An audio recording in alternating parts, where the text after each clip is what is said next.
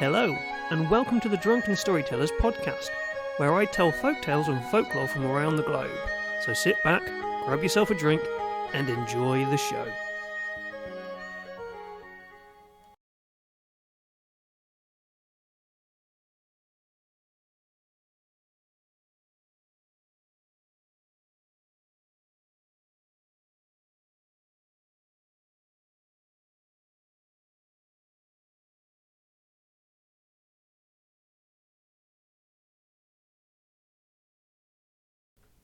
Hello.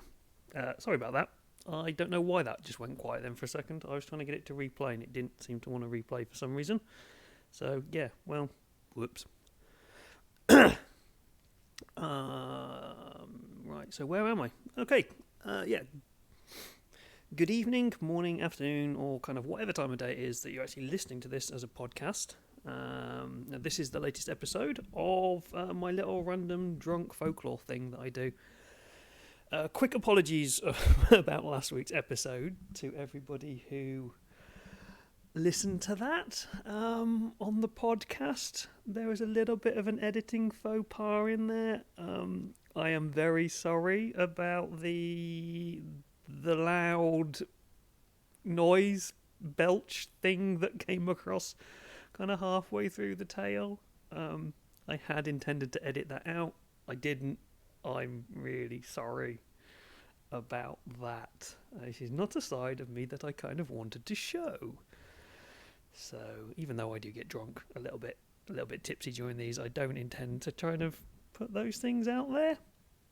Shows that I should probably not do things when I feel ill and under the weather and sober. More fun when I'm drunk. I make less stupid mistakes. Well, I still make stupid mistakes, but oh well. So anyway, right. On with today's show, shall we say. In celebration of the creatures that I'm talking about, if you've seen the title, you know I'm talking about Boggarts. Today, I've got one in my logo, that's Humphrey. I was going to tell a story about Humphrey, but I didn't manage to do that.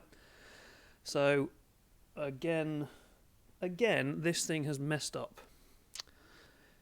It has decided to put up the wrong title. Ugh. Bastard.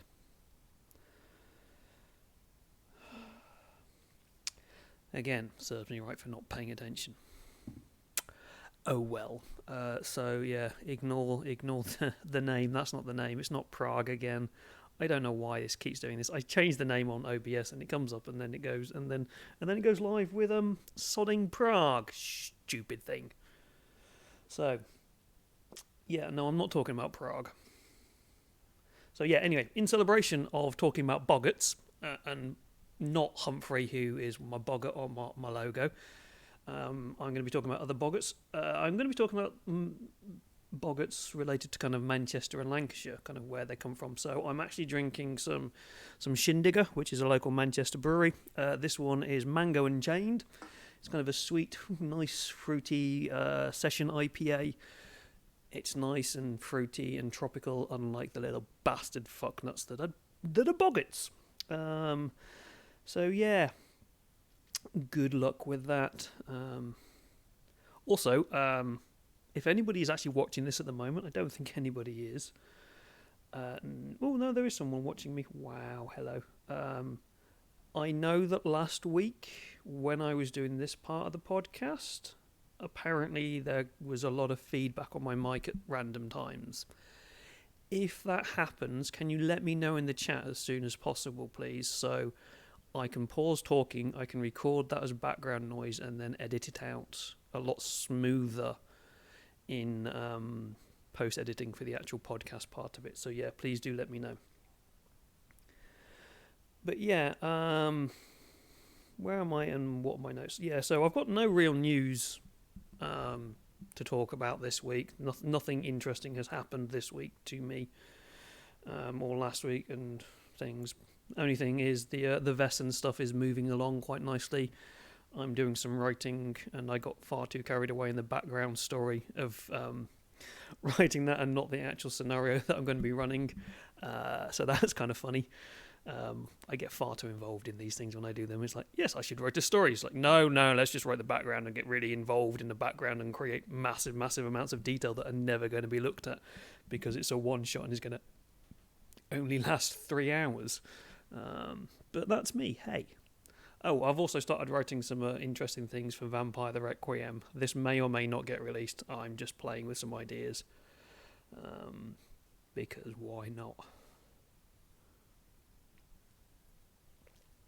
But yes. Ooh, my tash. My tash has got a lot longer and it's now dipping into my beard. Need to calm it down somehow. Right, anyway, so today's episode may or may not be may or may not be shorter than normal. I actually only started planning this at lunchtime today because I'm slack. Also, as I say, I've been doing things every 2 weeks, but for some reason this just kind of I wanted to do this tonight. So yeah, I only started planning this at lunchtime, so I've probably not done as much in-depth, detail-y, checky, backgroundy research that I wanted to do. So it might be a little bit shorter than normal. I don't know. We'll see. Because you know that I like to go on tangents and shit and talk crap. So we will see where this goes. Sorry for deafening you with my cough. Let me just take a little bit of a slurp.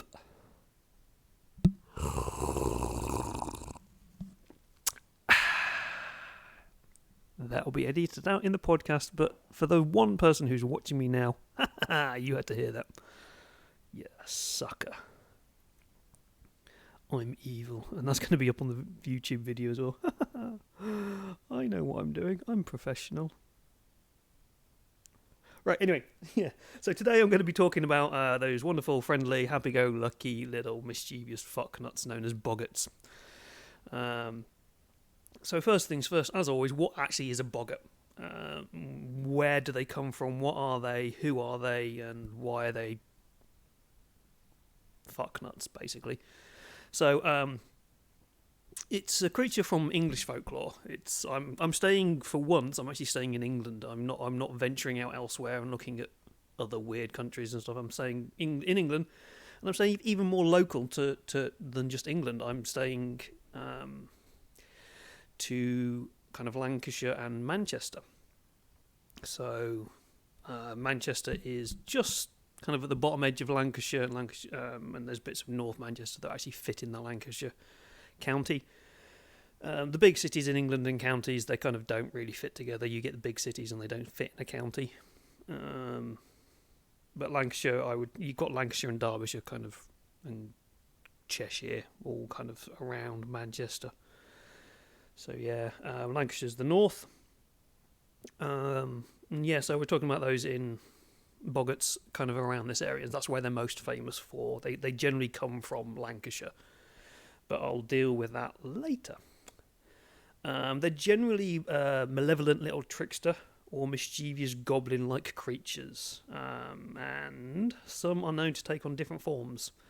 Not just like the goblin humanoid form, they can take forms such as a horse or a cow, and it's probably where they get the idea of them in Harry Potter, of shape changes. A lot of what you see in Harry Potter as Boggarts are not traditional folklore Boggarts, but we still see them again in like popular culture around other areas. So yeah, you've got them in Harry Potter and things. They generally tend to be quite small creatures, so hence the goblin-like nature, but you can get them up to kind of sizes as large as like a small calf, so a small cow, which is kind of interesting. So there's kind of varying takes on like shapes and sizes of what a boggart actually is.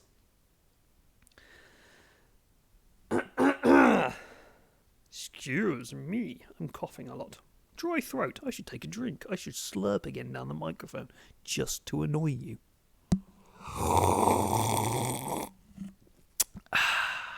It's probably breaking my microphone doing that. So, I apologise. I don't know. I was in a Zoom call with people from university earlier, and we were talking about all sorts of weird shit. Something about making coffee, instant coffee with pickle juice, because instant coffee is horrible, so why wouldn't you make it with something horrible? And the response was, actually, it makes instant coffee better. I disagree, because but yeah, so I'm in a funny mood. But anyway, okay, back to Boggarts. No sidetracks, honest, gov. Boggarts, the name actually comes from a term in Welsh mythology. I'm going to try and pronounce this. Bwygga. B-W-G-A. Bwygga. I can't really remember how you do the BW sound in Welsh. I do know that sometimes the W makes an O sound. I don't know. So Bwygga is where I'm going with that. They share a lot of characteristics with kind of other folkloric creatures, and they are pretty much connected in the same block of creatures. So you've got things like the bugbear, the boggy, the boggle, and the bogan. These are all Boggarts as well. And there are connections to other folkloric creatures as well, not just things that share similar names and similar characteristics. And this is kind of where the creation of the Boggart comes from. So there's connections to hobgoblins, silkies, and brownies. Not selkies, silkies. S-I-L, not S-E-L on that one. These are household spirits and things that generally are quite nice and helpful. And hobgoblins originally, in the original folktales and the original history of them, they were quite nice and helpful creatures. It's just when Christianity started to take control over things, they didn't really like these things, and you've got the name goblin in there, and goblins are generally not particularly nice creatures, and so it got twisted, and they became what they are now. But yeah, so Boggarts come from these creatures, hobgoblins, silkies, and brownies, and when they get mistreated and teased and things, they become Boggarts. Or at least one form of Boggart. So there are different forms of Boggarts. I'm not going to go into those because I didn't actually look too much into detail in the vast different types of Boggarts that there are. There are two which I'm going to cover, which is where we're going to go into next, and why we're kind of talking about household sprites and spirits. So yeah, if you kind of mess with them, they turn into Boggarts and they become malevolent and a bit like, oi, we were helping you, you pissed us off, so we're now going to piss you off, you little bastard. So yeah, they're kind of, you've got two types, as I say. They're either a cheeky, annoying household spirit, or they are what is known as a malevolent genius loci, which basically means they attach themselves to a specific geographical feature, is what I'm going to say there. So if they're household spirit, the weird thing about this is they don't attach themselves to the house. They attach themselves to the family who live in that house. So the family who lived in that house, if they were a brownie or a silky and they were being helpful to the family, and the family was like, I don't need your help, bugger off, fuck off, go away, and just kind of nasty to the sprite. The sprite turns into a boggart and then kind of pisses around with the family rather than pissing around with the house. And I'll talk about that more when I talk about Boggart Hole Clough in a bit. And they tend to cause all sorts of mischief in the house. They make things disappear because they're tea-leaving little bastards.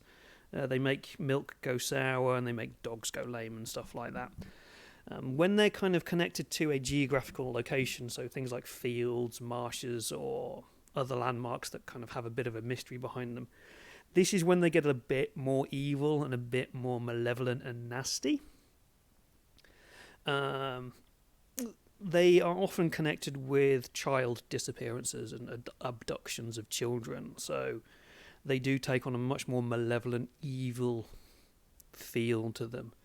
And they tend to kind of punish those who they see has offended them and slighted them in some small and unperceived way.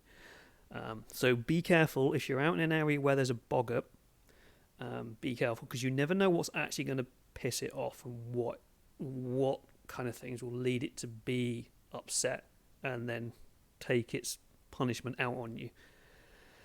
So there is that. I'm getting no messages about my well, not that anyone's listening. So right, where are we now? What are we talking about now? Okay. Oh, this was a fun thing that I found out. I did do a little bit of research in this, so I do know a little bit about Boggarts, but not massive amounts. I am literally starting my journey into folklore. One of the reasons why I do this podcast is to help me kind of delve further into it, and it's actually brilliant, teaching me a lot of stuff, and I'm finding out a lot of new stuff. And this is one of the things that I found out about Boggarts, and this is interesting: vampires.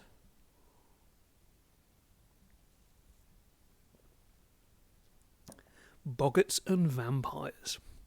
So, one of the ways that you can get rid of a boggart is actually through the way you kill them. And the way you kind of do that is basically you treat them like a vampire. You bury them with a stake, wooden stake, stuck through the body. It doesn't specifically give a region of the body that you do this to, so it's not specifically the heart like it would be with a vampire, but it's just a wooden stake rammed through the body, and you then bury them. There are examples where you also need to put a cockerel on top of the body and then ram the stake through the cockerel and the boggart itself. I'm not too sure on why there's a connection there with cockerels and chickens, and I was going to look that up, but as I say, I started planning this at lunchtime today, so I've not really had time to look it up, but it's a thing apparently. If you want to look it up, do it yourself. I've now got something down here copied from somewhere else that I was going to briefly read, but I didn't. So what does this say? I'm not going to read this out because this is from a different website and is not technically public domain stuff. So I'm going to read it and then I'm going to say stuff. So I apologise. I'm going to randomly hum when I say things. Oh, this was it, yeah. You shouldn't name a boggart. So I've seen this elsewhere as well. Boggarts being mischievous little bastards, and kind of, they're not demons and they're not related to religion technically, but they have the same thing as you don't name them and you don't call out their name, because if you do, then they have power, and if you give them a name, they can't be reasoned with or persuaded in things, and so they would become even more uncontrollable and even more destructive and even more violent and nasty towards you. So that's kind of cool. I think the rest of it is just kind of stuff that I've already mentioned that I've put here. Oh no, there's kind of like there are records of named boggarts. So there's a record in Lancashire of a boggart called Nutnan, which I think is a kind of fun name. He apparently flitted with a shrill scream among hazel bushes in Moston, near Manchester. Now remember the name Moston, because we'll come back to that in a bit. And there's some other stuff in there that I've written that I'm not going to go over. Well, I've not written, I've nicked from somewhere, so I'm not actually going to read that, because I don't want to get done. But yeah, so there's quite a bit of folklore in a book, in those wonderful 19th century folklorists that we have. So there's the Lancashire Folklore Book of 1867, has a lot of information on boggarts, and a lot of this comes from that book, but with a modern take on it. And this is why we know that there's a big connection with Lancashire, because we've got that book and they have a lot of stories about boggarts in there. There are others, they do appear in other areas of England, but are really not as prevalent as they are in Lancashire. There's Lancashire and Yorkshire as well. We see them in Yorkshire as well. So, as we're talking about connections to places, as I say, Lancashire area, and the tale that I will talk about later. If you're listening to this on the live stream or on YouTube, you're going to have to go to the podcast to find that story. I'm not going to tell it here because I like to give a little bit special on the podcast over this part of it. So, yeah, there is a lot of stories, as I say, connecting boggarts to Lancashire and Yorkshire. One famous one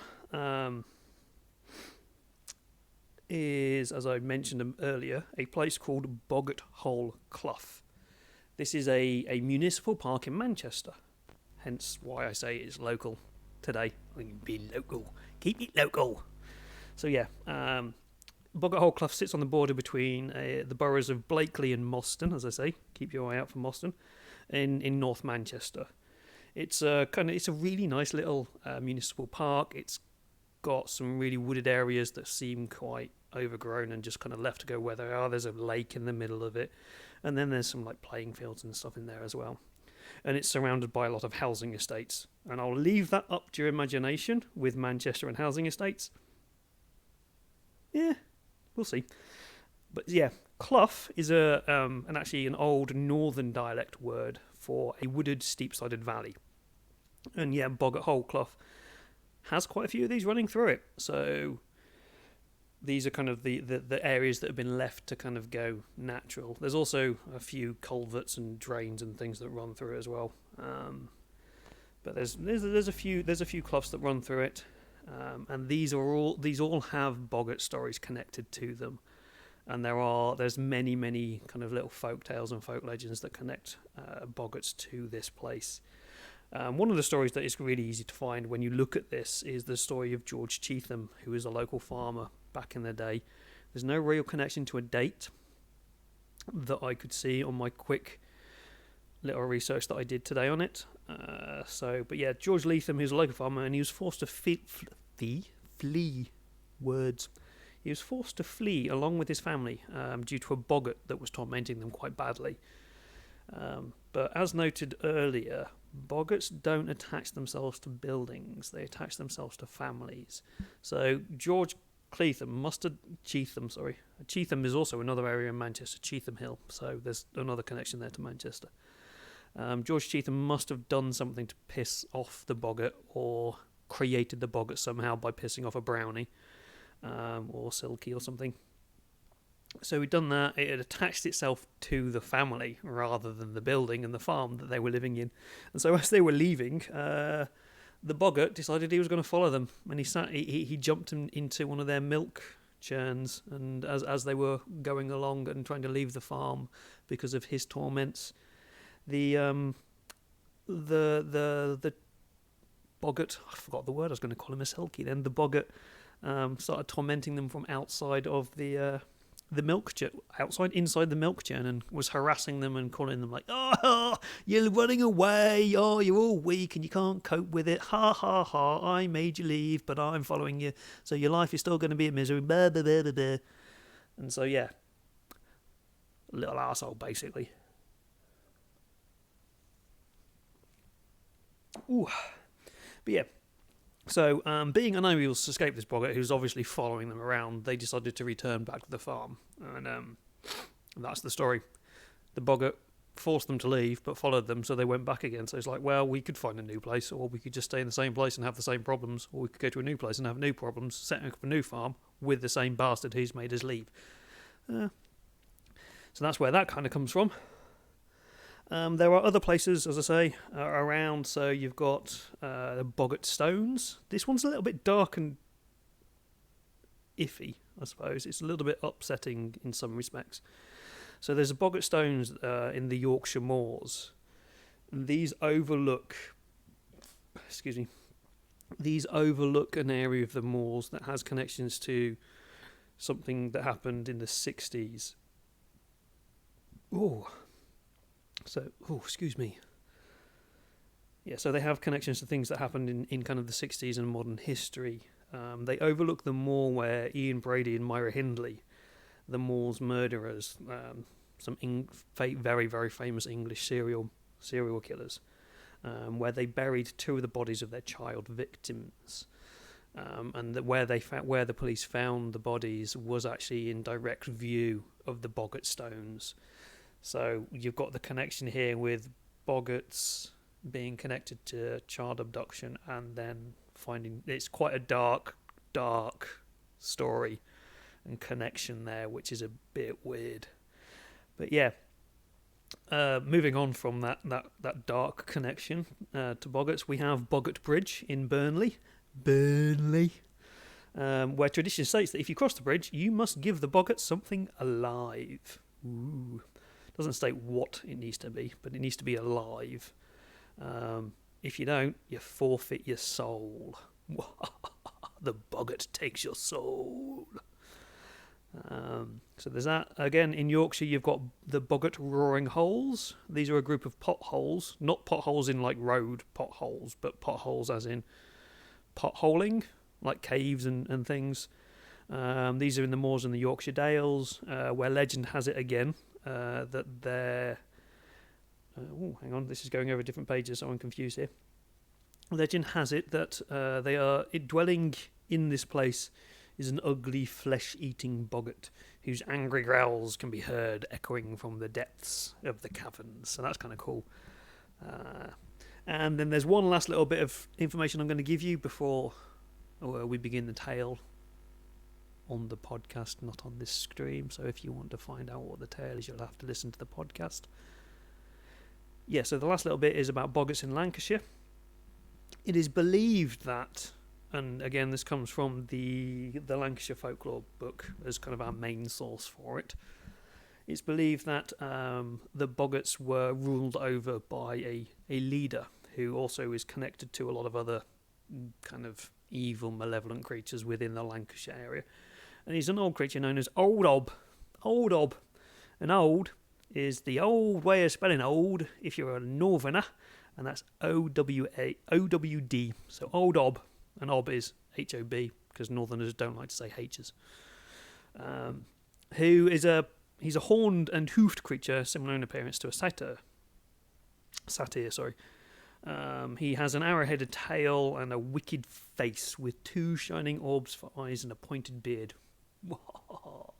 Shame I don't have hooves and horns or shiny eyeballs, and my beard's not that pointy. It's kind of scraggly. So, well, I can wish. But when he was angry, he's also said to spit flame and flick out his forked tongue. So kind of very, very much connected with the idea of devil, really, there. It's very much a goat kind of creature. A bit like, actually, you know what I've got on there? Krampus. A bit like that, I suppose, but more humanoid. It's basically the modern image of a devil that you see kind of going around. But he wasn't portrayed as a devil. He was portrayed as the leader of groups of evil creatures, which is kind of cool. But yeah, so that's kind of like an introduction into Boggarts and Lancashire and Manchester and how they connect to the local area where I am. It's kind of cool, and there's some fun things in there that I found out when I was doing this, like the vampire murder thing was kind of cool, and the little bit about Old Ob was kind of nice to know as well. But anyway, so that's it for this part of the episode. I did say it was going to be shorter, but I seem to have done this for half an hour and I've still got the story to go, so it's probably not going to be a shorter episode. Please do like and subscribe to my YouTube channel, rate and leave comments, blah blah blah, all that crap. Like, subscribe, there's not going to be anything on here which does that. Not that anybody pays attention to this part of it, it's just a nice way to actually kind of do the stories. You can find me over on Twitter at the Drunken Store 1, and that is the store, STOR, number 1. It'll all be in the notes below. I'm on Facebook as the Drunken Storyteller. I don't post much on Facebook. I'm trying to be more active on Twitter. But yeah, we'll see. You can also email me at thedrunkenstorytelleruk@gmail.com to email me suggestions of stories and topics and things to cover.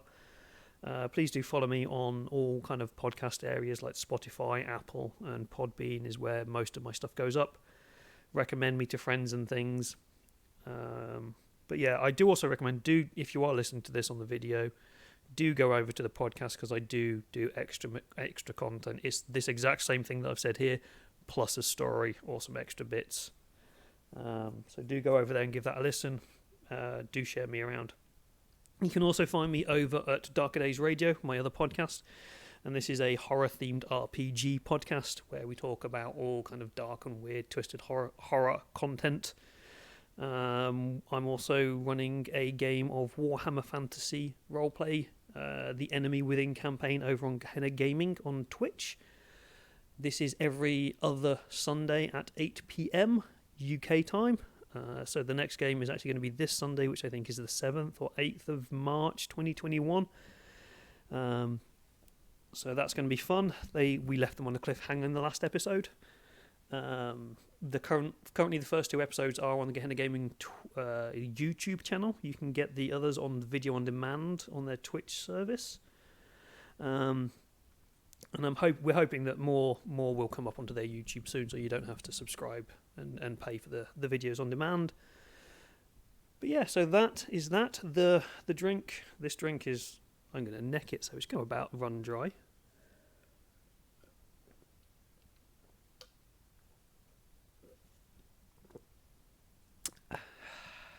Bit more ASMR there for you. Yes, the drink has run dry, so all that is left for me to say is thank you and goodbye, my friends.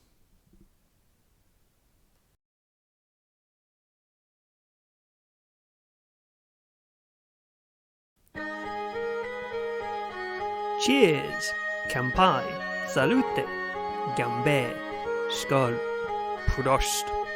Hello, and welcome to the Drunken Storytellers podcast, where I tell folk tales and folklore from around the globe. So sit back, grab yourself a drink, and enjoy the show.